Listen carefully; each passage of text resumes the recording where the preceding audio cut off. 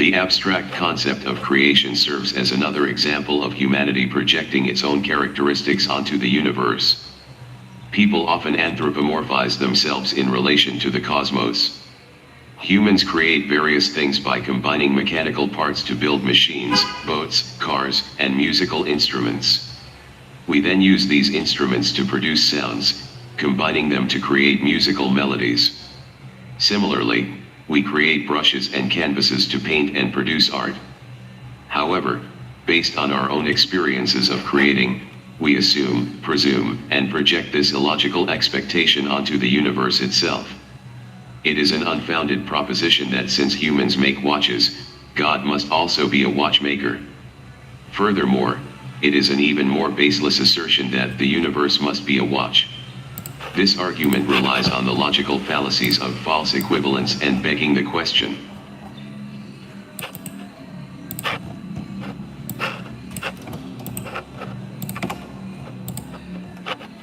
Fine-tuning.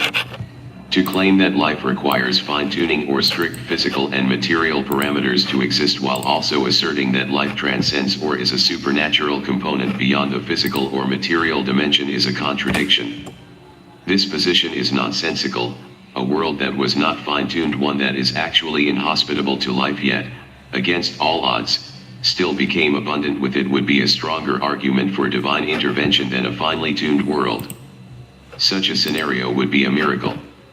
However, theists would argue for a God in both cases, wanting to have it both ways.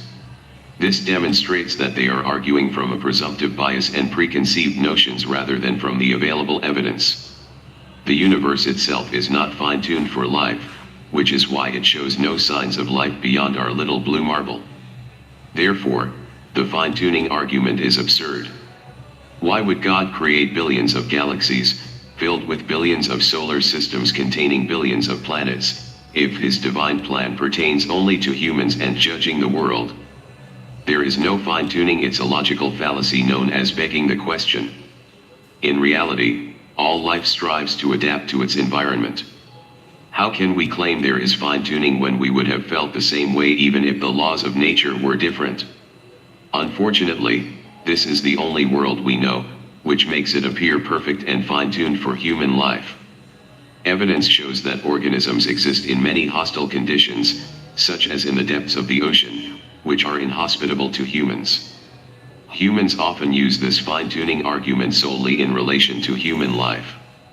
Nevertheless, it doesn't mean that some bacteria couldn't thrive in many potential non-fine-tuned universes. Those bacteria would also contend that their universe was fine-tuned for them. Fine-tuning is often defined as conditions that sustain human life. Since we primarily care about ourselves, we can argue that whatever circumstances we find ourselves in are profound and intentional, in contrast to being mere happenstance or randomness. One might argue, these conditions are conducive to human life, therefore we, as human beings, could only observe fine-tuning. Without it, we wouldn't be here to observe at all. However, this is not profound. It is, in fact, to be expected and quite mundane. This argument begs the question, is life the goal or ultimate intention of fine-tuning? This is an absurd assumption and unprovable.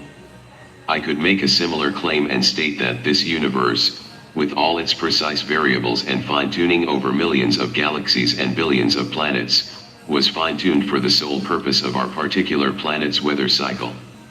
Our exact weather cycle, seasonal changes, and temperature variations would not occur unless precise factors such as distance from the sun, the Earth's spin rate, and many others are in place to result in this weather cycle.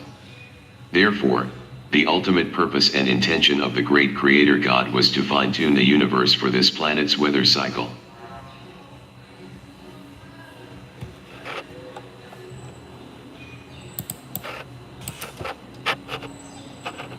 Another way to demonstrate the faulty reasoning of the fine-tuning argument is the fact that we only know of and can observe this particular universe. We have no other universe with which to compare it. Thus, any claim regarding fine-tuning or probability for this universe is meaningless. These terms maintain their meaning only when compared to other potential outcomes. Since we have only this outcome, we can't make any claims regarding the probability or precision involved, and thus fine-tuning has no meaning.